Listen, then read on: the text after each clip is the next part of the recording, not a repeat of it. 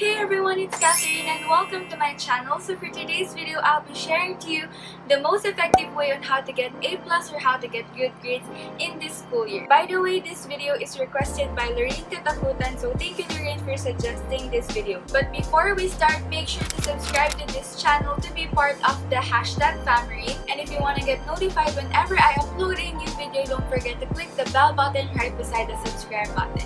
So without further ado, let's hop into the video. Tip number 1 is to know your learning style. So I searched for different learning styles and I figured out that there are 7 learning styles. The first is the visual or spatial. You prefer learning with the use of pictures, images, and other spatial understanding.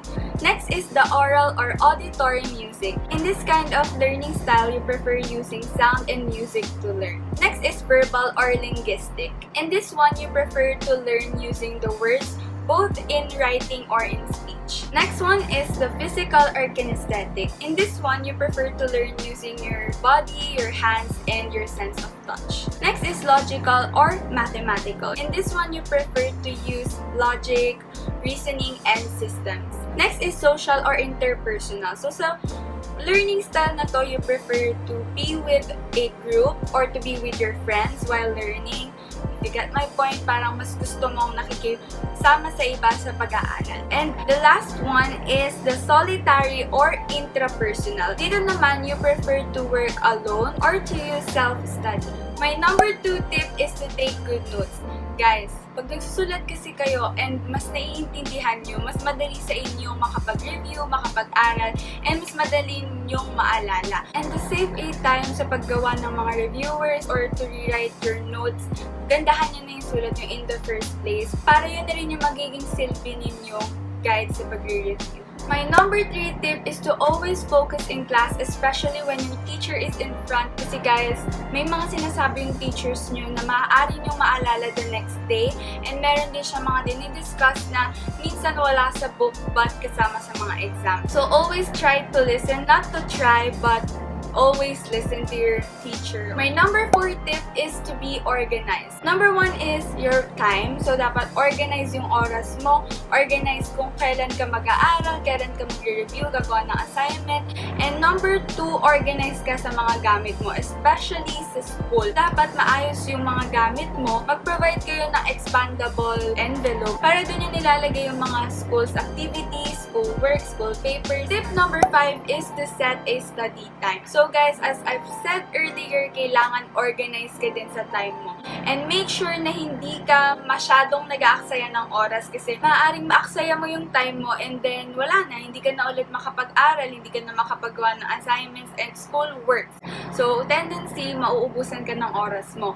So, set a study time whether it's after school, after dinner, or whether it's before class. My tip number 6 is to make a reviewer every time. So, every time na meron kayong exam, meron kayong test, or meron kayong mga quizzes, gumawa ka ng reviewer mo. Kasi guys, this is really helpful, especially para mas matandaan mo and organize yung pagkaka-review mo. And guys, this is a bonus tip. Whenever you're going to take your test or magre-review pa lang kayo, mag-pray muna kayo bago nyo gawin yun. Ask wisdom and knowledge from God. And guys, this is really proven. Talagang promise, hindi ako nagsisinungaling, totoo talaga to. My number 7 tip is don't forget to be inspired or to get inspired. So guys, always look for inspiration, whether sa family or sa friends, and always remember why are you studying, diba? It's for your own future. So if you want to make a good future, then always think about it na para sa magandang kinabukasan, mag-aaral ako.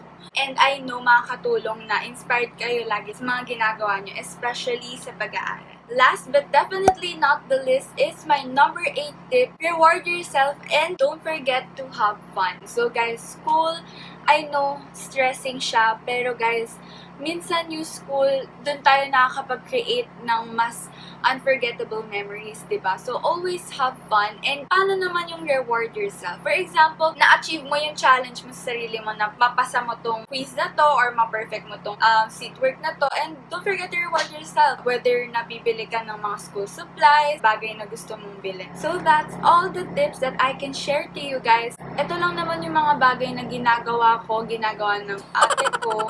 And hopefully, lahat ng shinare ko ay makatulong sa inyo for like, observe nyo lang and tignan nyo kung helpful ba talaga.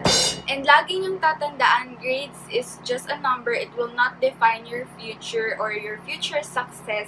So, kung medyo may times na naka-receive ka ng failures or minsan nagpe-fail ka sa mga ibang subjects, lagi mong isipin na meron pang better version of yourself or just try to find it, diba? And now, let's proceed to the shoutout. Sorry guys if hindi ako nakapag-shoutout sa recent video ko. Kasi nakalimutan ko na nga pala mag-shoutout pala ako. So, shoutout to Lorraine Katakutan. Siya yung nag-suggest ng video nito, right? Next is Maria Shemaine Mesa Vlog. Shout out to Sena Napshea. I don't know how to pronounce this, but shout out to you.